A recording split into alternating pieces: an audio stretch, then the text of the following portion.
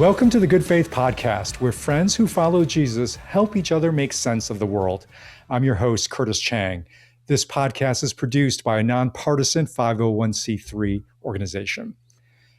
I'm recording this episode a couple of days before June 19th. Juneteenth is the most recently established federal holiday, having been signed into law in 2021. So, how will you mark this day?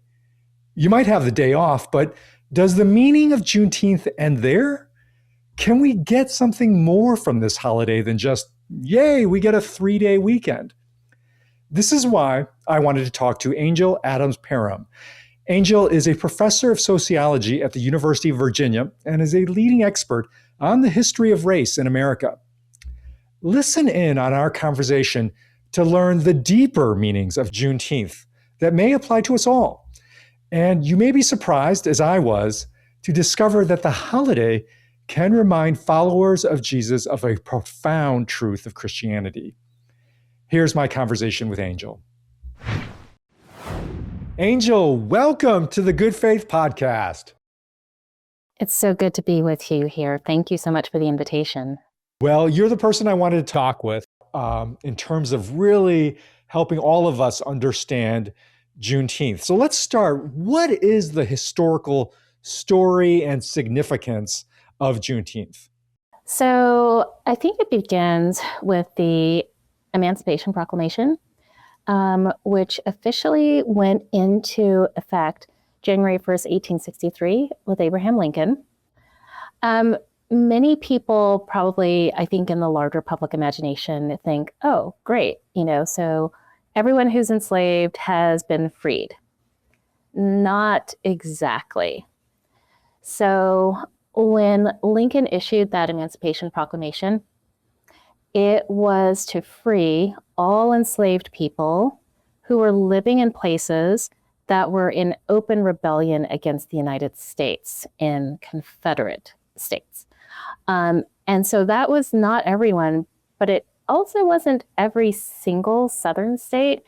So if you go back and read the text of the Emancipation Proclamation, you'll see, for instance, in Louisiana, where I lived before I came to Virginia, it will say, slaves who were in Louisiana are free except those living in something like 10 parishes of Louisiana, including Orleans Parish, where I was living at the time. And so that's the first thing, is to understand that the Emancipation Proclamation freed some enslaved people, but didn't free most of them, because most were living in Southern states that were in rebellion under the Confederacy. All right. So that's the first part of Wait, of stop it there. Did Lincoln know that when he issued the proclamation? Sure. Yes. And he gave those Confederate states a warning. So in September of the year before, 1862, he issued this warning saying, kind of get your act together.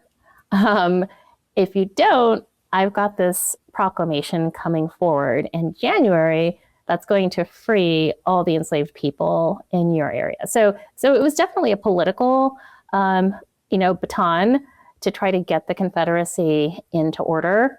And then, of course, the Confederacy had its own issues and interests that it was dedicated to fighting.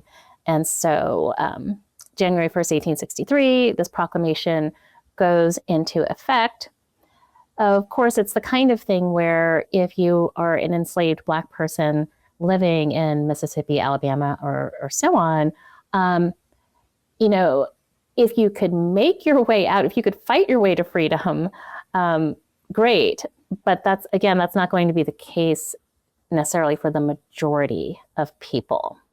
So let me make sure I understand. The Emancipation Proclamation, which in history that is taught in like elementary school or even junior high, we think that was the decisive event that freed all Black slaves. You're saying, first of all, that proclamation didn't even apply to all Black people. There were significant populations that it was excluded from that proclamation. And two, I guess this is obvious, but you can say what you want, Abraham Lincoln. The reality is that, Black slaves living in the Confederacy are still slaves in reality, right?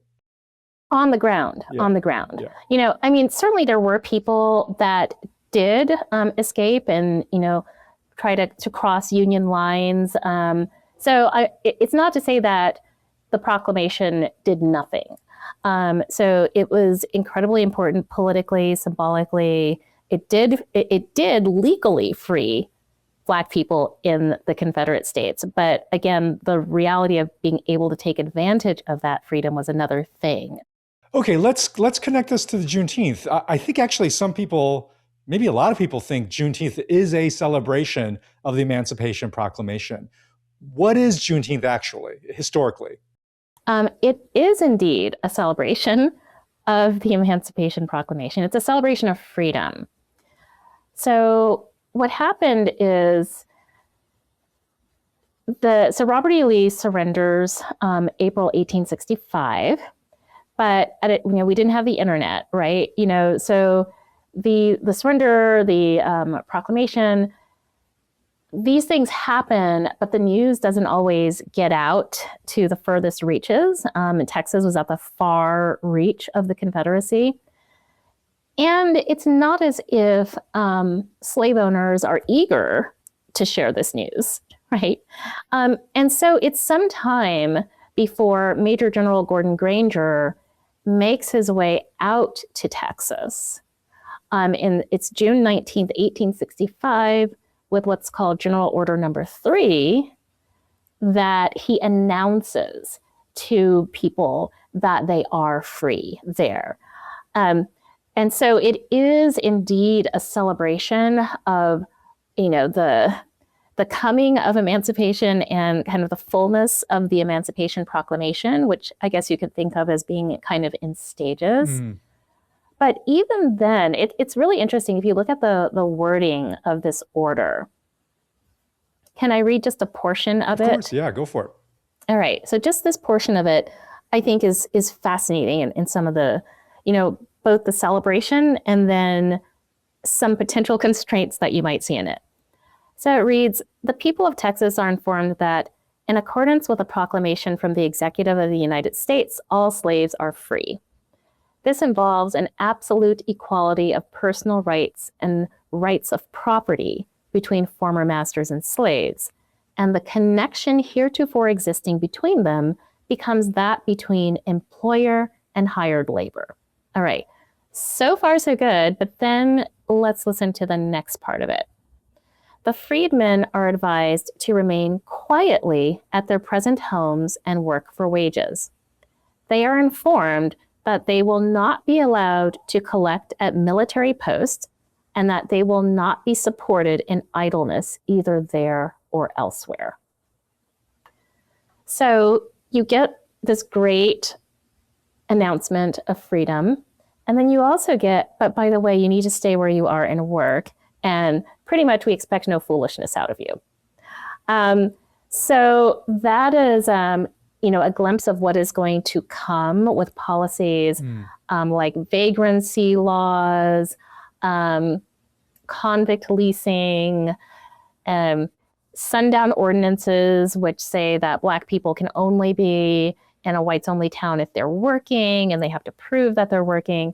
So it's an interesting combination there.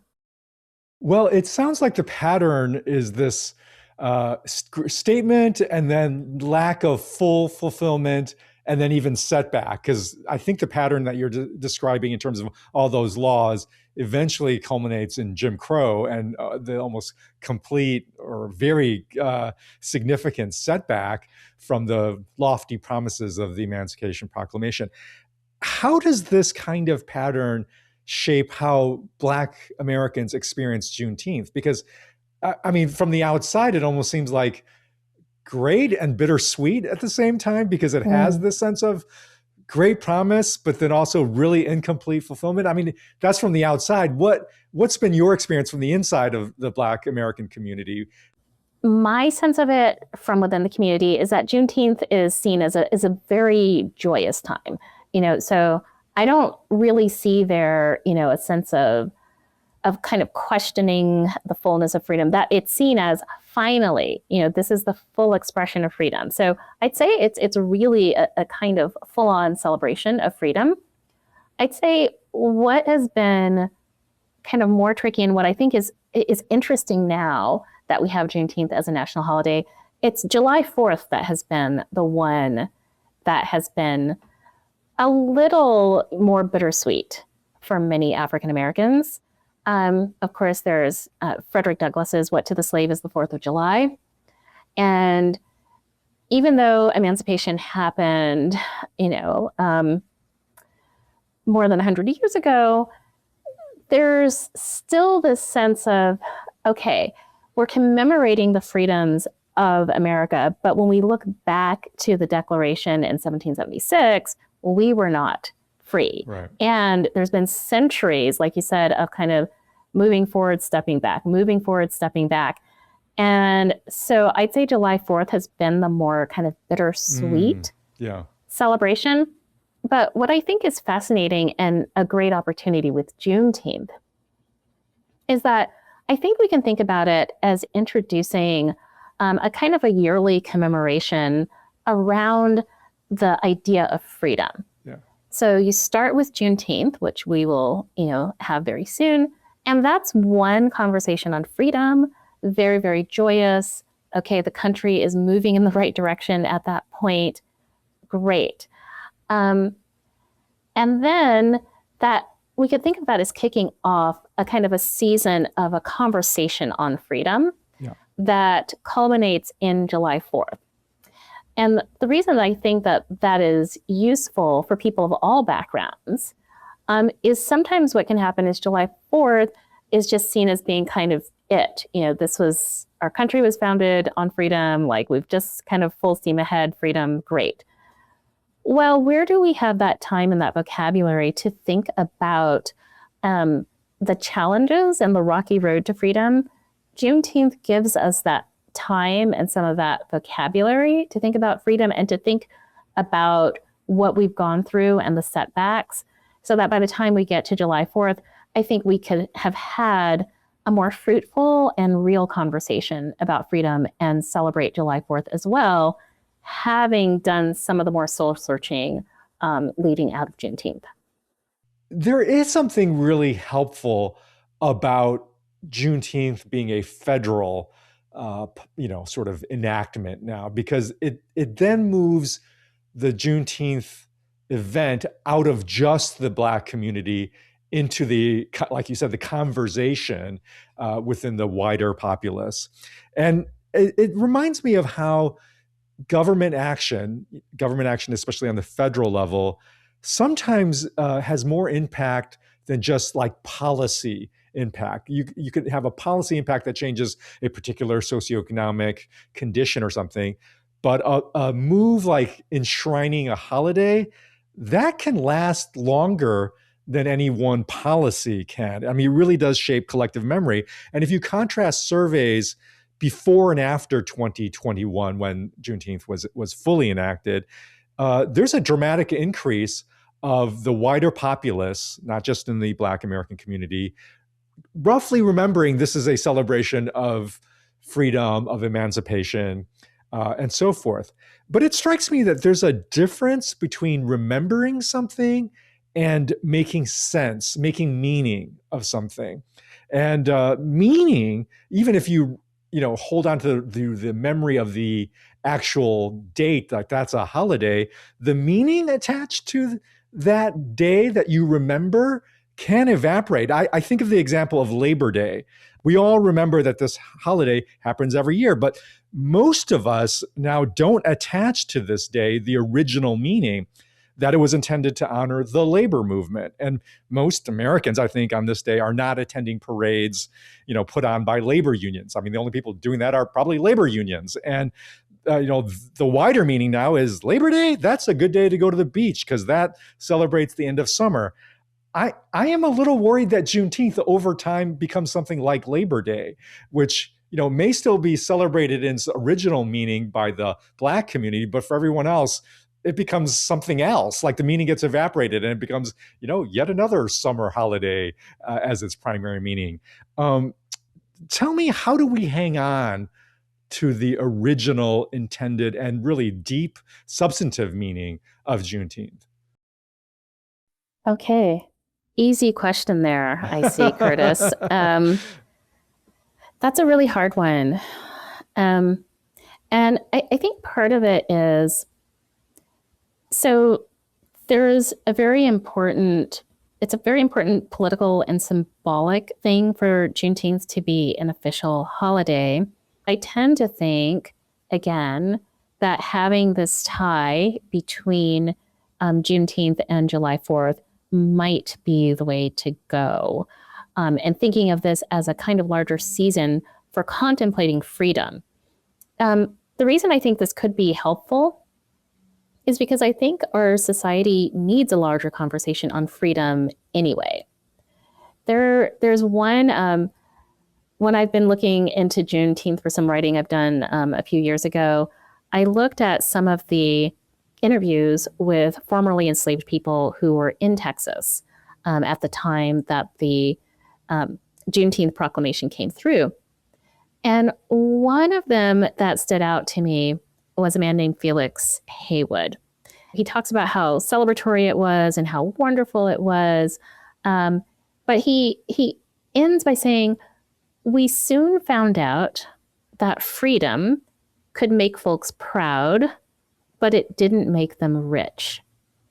And he talks about how there were these assumptions that, now we're free, we're going to be able to, work on our own. And in fact, we know better how to work than our owners did because we did all the work. So, we're going to kind of rake in our own earnings and this is all going to be good. And then once you get into it, you see all the obstacles, the difficulty. Fast forward to today, I think we're still having a really intense conversation, a different kind of conversation on freedom. What does it really mean to be free? Juneteenth represents this freedom from actual chains, physical freedom, but there's also a larger, kind of moral and intellectual freedom. There's an understanding of our political freedoms. And so I think that that's the kind of thing that we could do if we wanted to between Juneteenth and July 4th is be involved in this larger conversation. It's interesting you talk about the deeper historical and political significance of Juneteenth, especially paired with July 4th. And one of the meanings that I take away from it is that there's this seemingly universal proclamation of the rights of man, of all humanity on July 4th. But that's actually incomplete. It's grossly incomplete, precisely because it doesn't apply to Black Americans. And then you have to wait till Juneteenth until, at least in words, that's applied. But then even then, that's incomplete because it's just words. Like on the ground, it's not actually made true in terms of the truest sense of freedom, like the freedom to thrive, the freedom to have prosperity, the freedom to feel safe, all of those things. So it's just the sense of like, in the history of America, we have been incomplete and we are still incomplete. So talk more about that. Like what right now feels most painful about that incompleteness right now in this moment, in this political historical moment for Black Americans? What's the poignant sense of incompleteness? Where does it reside? Yeah, that's a good question. So I'd say on the cultural level and also on the political level, both, I think. There's and this is where I would say we really do have to be attuned to the fact that we have these kind of waves of freedom and justice, and then, kind of the backlash. And we, I think, are in a period of backlash. There was an instance where an exhibition in Philadelphia that included Ona Judge, who was an enslaved person who escaped from George Washington. There was an attempt to squash that exhibit, right?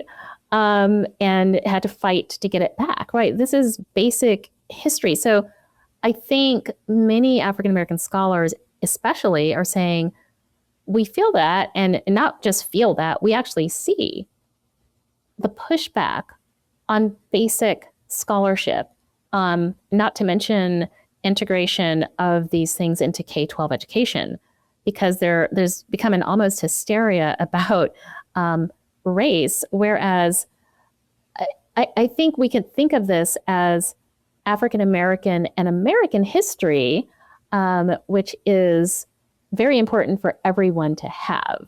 So that's one area.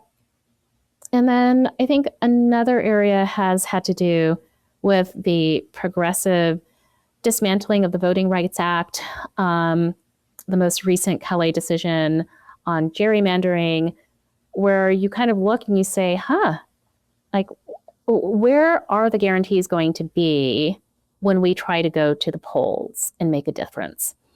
And it feels like, when you really think about it, we've only had about 50, 60 years since the fall of Jim Crow, right? Up against hundreds of years of brutal racial oppression. Just to put this into context, my mother went to segregated schools. My mother, she got the hand-me-down books, pages torn out, defaced. That was my mother's education. We're not talking about grandmother, great-grandmother, great-great. This is my mother, right? And so we get one generation through. I'm the first to go to college. And then now my daughters are going to college. And, we could have a whole debate on affirmative action, pro and con. But even apart from affirmative action, let's say, we're fine with not having affirmative action. But then, we can't even take into consideration the different backgrounds that young people come from when a college tries to make an interesting and diverse class. So it feels like, wow, we got 50, 60 years? Yeah. And now I guess everything's great and everyone's free and wonderful. So I think that's some of the frustration. Yeah.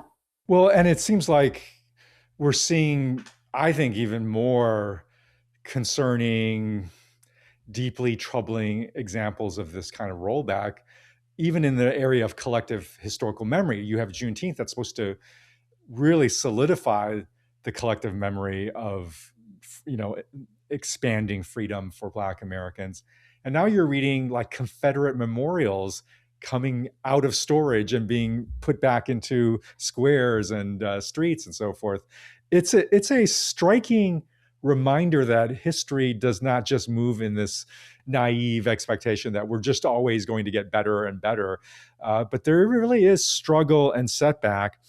And so I want to ask you, what are the spiritual resources that the Black American community draws on to face the sense of incompleteness, of struggle, of setback?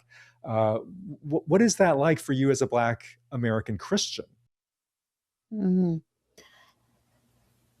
So, yeah, this is very important.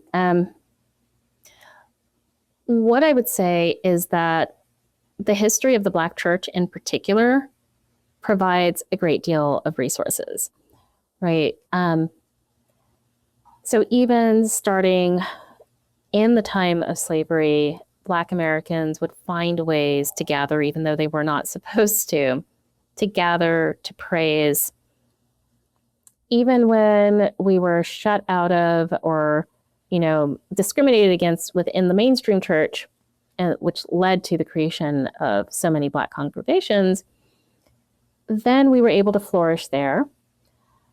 And what's interesting to me is you find periodically a critique coming forward from some individuals, some within the Black community, some outside, saying, how can you be a Christian when the church has been so oppressive to Black people, right? And what I think is so invigorating about the Black church is that we long studied scripture for ourselves, we long knew that it was a freedom narrative. So going back to Phyllis Wheatley in the 1770s, she was writing a letter to Reverend Sampson Occam, who was a Native American pastor. And they were commiserating on the very terrible ways that Native Americans and African Americans were treated. In that letter, she likens white slave owners to the Egyptians who enslaved the people of Israel. And so she's drawing very much on that biblical narrative, right? And someone could say, well, you've been enslaved by Christians. You should just throw off that false faith. But no, what she does is very typical of what Black Christians have done for hundreds of years, which is to know the Bible for themselves. And in fact, at Emancipation, one of the fastest things Black Americans did was to beat down the school doors to learn how to read. And one of the first things they wanted to read for themselves was the Bible. Because up until then, they would have to rely on, whatever other Blacks who might have found a way around literacy laws, stolen literacy by figuring out how to read. You'd have to rely on the few people who could do that, but now you could read it for yourself.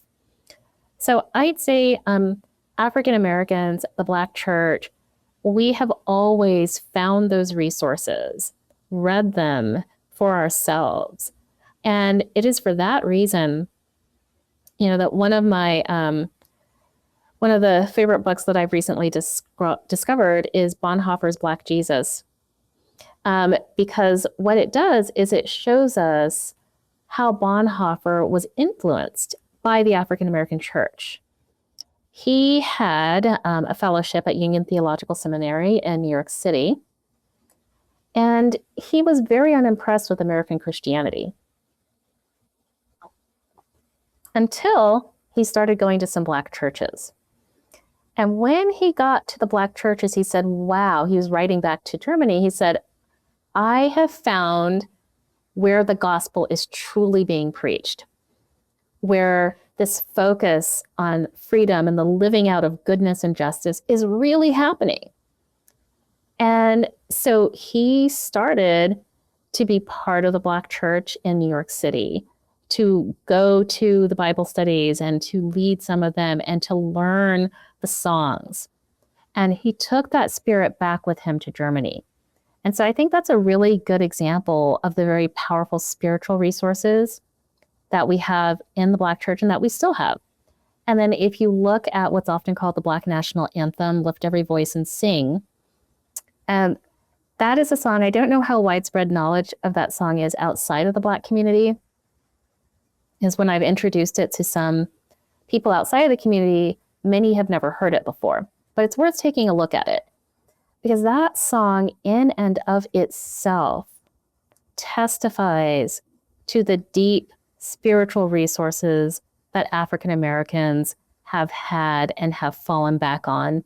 And it talks about being under the rod, fighting for freedom, walking through blood and tears, trusting in God, getting up again to fight another day. And I would say in my personal life, that song has been very important to me because it testifies to my ancestors' resilience. And that's not to say that you just roll over and let people walk over you at all. But what that song does is to re-energize and to remind that God is faithful. I feel like I have had my own mini Bonhoeffer moments. When I worship in, majority culture churches and I'm seeing the CCM songs, or frankly, even hymns produced by white Europeans, there's something good, but there's just something that's just missing about it. And I recognize the missingness about it when I come into contact, when I, have the few fortunate moments I do to have contact with Black gospels, Black gospel music tradition. And I think you've just named what is missing, that in the broader white hymnal or, modern contemporary music tradition that is at the heart of the Black gospel tradition. And that is, like, at least from the outsider getting a chance to benefit from it, it is that longing. It is the sense of, there's been a promise made so that we can long, but there's also an incompleteness about our current reality, so we long, right? It's that longing, that sense of yearning for freedom, that, like you said, is true in everybody's life, but is collectively most enshrined and celebrated in a way in the Black gospel tradition. And that's the thing that's often missing. And it speaks to something deeply universal, because that is our experience as human beings. And it's our experience as Christians, as all Christians. I mean, I think that's the genius of that resonance between the Black historical experience and scriptures, like that connection of Exodus. Because you can think about the Exodus story, which is the pivotal moment of freedom, of emancipation for the people of God. And it is, and it isn't. There are setbacks. They get into the promised land, and what happens? Well, they, then suffer from invasions of pagan nations that enslave them.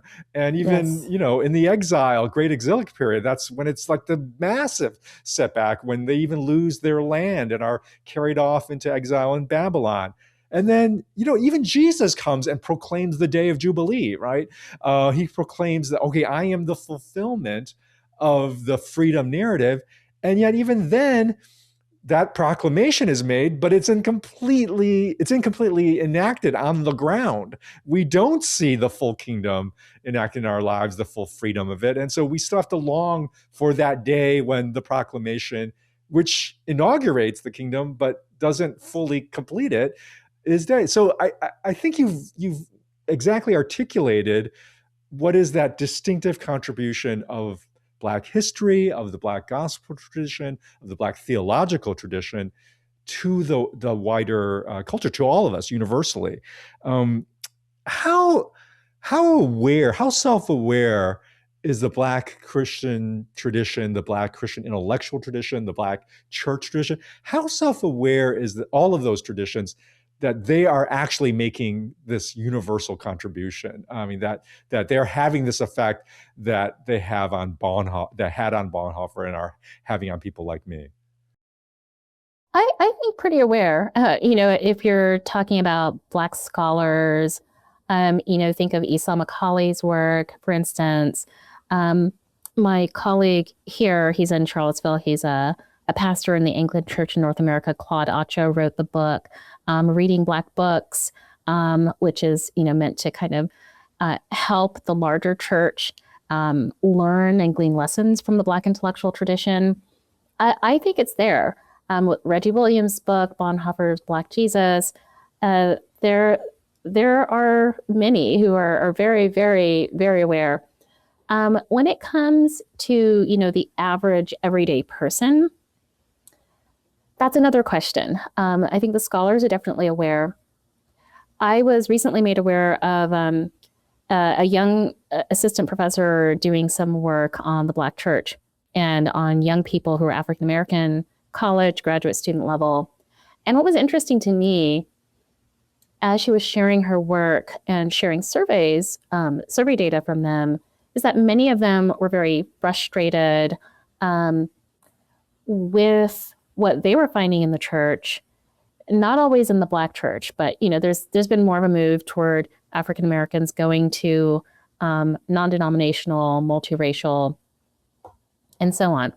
But Black Christians who may or may not be in the historic Black church, feeling like they're hearing some of these critiques of still this idea of Christianity as the white man's religion is still going around for many young people. And as she was sharing that, I thought, what I'm not hearing in many of these reflections is a sense of the history, of the deep African American intellectual history in the church. And so I to wonder how self-aware the average person is in the pews. I don't know. I don't have larger survey data on that, so I'm not sure. But what does seem to be happening in many Black churches, as well as in the larger Christian community, is we're seeing declining numbers, in the American church in general. It may be a little slower, that decline a little slower in Black churches, but there's still some of that. And so I think part of that is a reflection of more people who are unchurched or who didn't grow up in the church. And that's where so much of this history and that sense of empowerment was handed down. And so what will that look like in the future, I think, is the open question.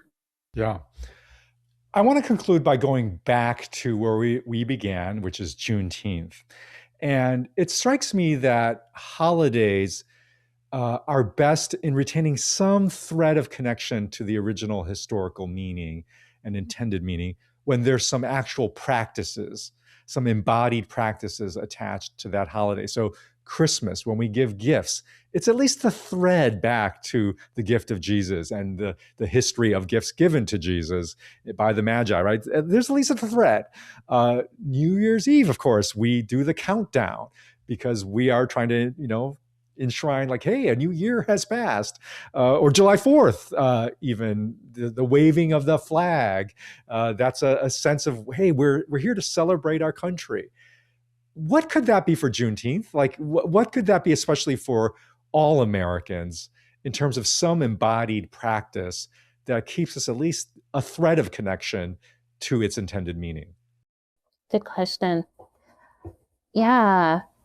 So I think there are a number of things. Going back into the history, there were a couple of different, in the 19th and early 20th centuries, a couple of different ways that this was celebrated, especially in Texas.